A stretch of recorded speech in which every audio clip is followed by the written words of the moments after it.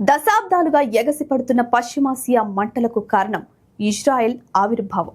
Zionism ఫలితమే ఈ దేశం ఏర్పాటు. జియోనిజం అనేది 19వ శతాబ్దం చివరిలో ఆవిర్భవించిన జాతీయ ఉద్యమం.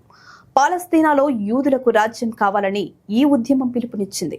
1947లో హోలోకాస్ట్ మారణ హోమం తరువాత బ్రిటిష్ పాలనలో ఉన్న పాలస్తీనాను 2 దేశాలుగా విభజించేందుకు ఐక్యరాజ్య సమితి జనరల్ అసెంబ్లీ అంగీకరించింది.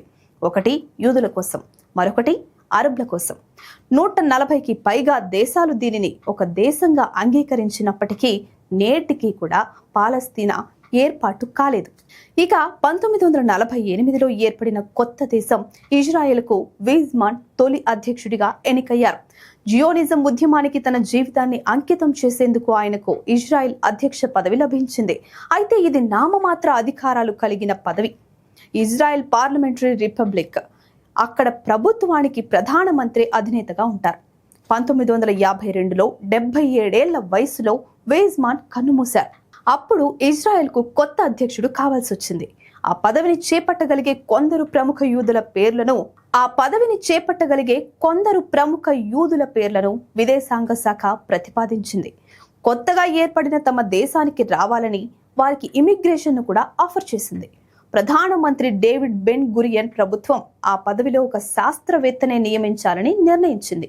వెంటనే అప్పటికి అత్యంత ప్రముఖ శాస్త్రవేత్తగా పేరున్న ఆల్బర్ట్ ఐన్స్టీన్ ను సంప్రదించారు.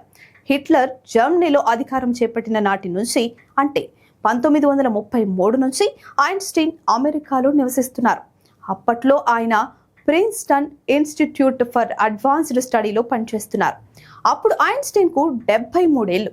తాను అంతటి సాహసం చేయలేను అంటూ ఇజ్రాయెల్ ఆఫర్ను సున్నితంగా తిరస్కరించారు. ఆ పదవిని నిర్వహించగల స్కిల్స్ తన దగ్గర లేవని ఐన్స్టీన్ భావించారు. ఇక ఐన్స్టీన్ జియోనిస్ట్ భావజాలాన్ని బలంగా విశ్వసించారు. ఈ విషయాన్ని పండిట్ నెహ్రూకు రాసిన లేఖలో పేర్కొన్నారు. 1947లో భారత్కు స్వాతంత్ర్యం వచ్చిన తరువాత తొలి ప్రధాని జవహర్ లాల్ నెహ్రూకు ఐన్స్టీన్ లేఖ రాశారు. భారత్ సాధించిన విజయానికి ఆ లేఖలో నెహ్రూను అభినందించారు.